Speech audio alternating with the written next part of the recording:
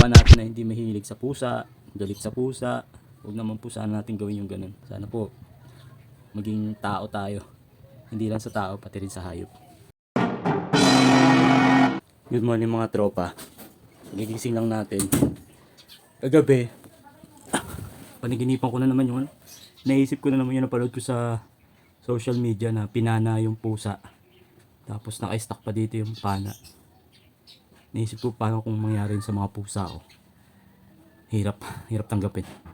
So nandito tayo ngayon sa kwarto ni Carl, anak kong lalaki. Na kung saan nandito si Tom. So si Tom, alaga namin pusa, matagal na.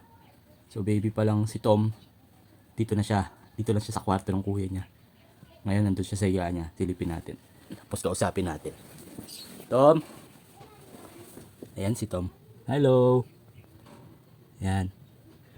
Iniisip ko mga tropa, what if merong kamukha si Tom, tapos lumabas si Tom na pagkamalan.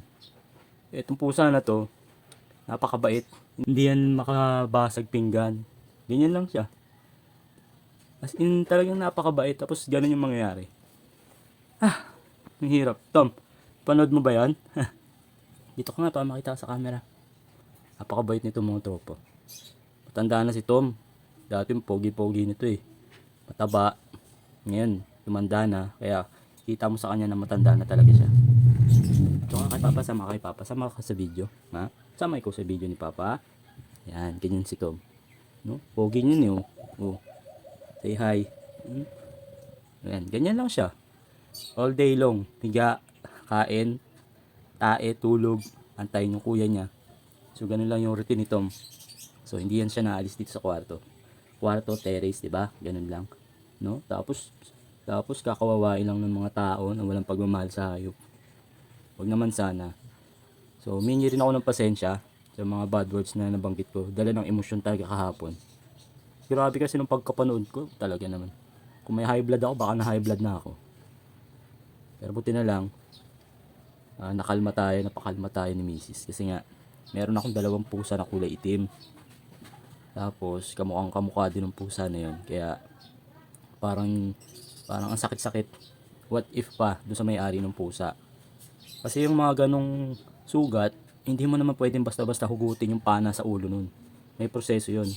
Tsaka alam ko yung mga ganon, meron pa yung hook sa unahan. Kaya hindi mo talaga pwedeng hugutin. Tapos ang problema, paano kung walang pera yung may-ari? 'Di ba? Hindi mura magpa-veterinaryo. 'Di ba? Papa-opera mo din 'yun. Oh, kawawa yung pusa, kawawa yung may-ari. Paano kung walang pera yung may-ari? Ganun na lang yung pusa, antay na lang na mamatay, 'di ba? Kaya doon sa mga tao, ang hilig manakit ng mga pusa, aso, kahit anong hayop na walang kalaban-laban, huwag naman po sanang gawin 'yun. Maraming paraan para itaboy ang mga hayop. Maraming paraan. Pwede natin gulatin, pwede natin basain. The best talaga tubig. Huwag naman yung mainit na tubig ha. Yung tubig lang na malamig o yung tap water lang. Pwede na yan. Para itaboy sila. Diba Tom? Tignan nyo naman si Tom. Oh. So ganyan lang si Tom. Pwede mong halikan. Papakit si Tom eh. Hindi na ganun ka na si Tom. Ayaw mo pakis? Ayaw mo pakis? Ha? Bait-bait mo eh, no? Ganyan lang si Tom. So yun lang mga tropa. Sa mga kapwa natin na hindi mahilig sa pusa, galit sa pusa, huwag naman po sana natin gawin yung ganun. Sana po maging tao tayo, hindi lang sa tao pati rin sa hayop.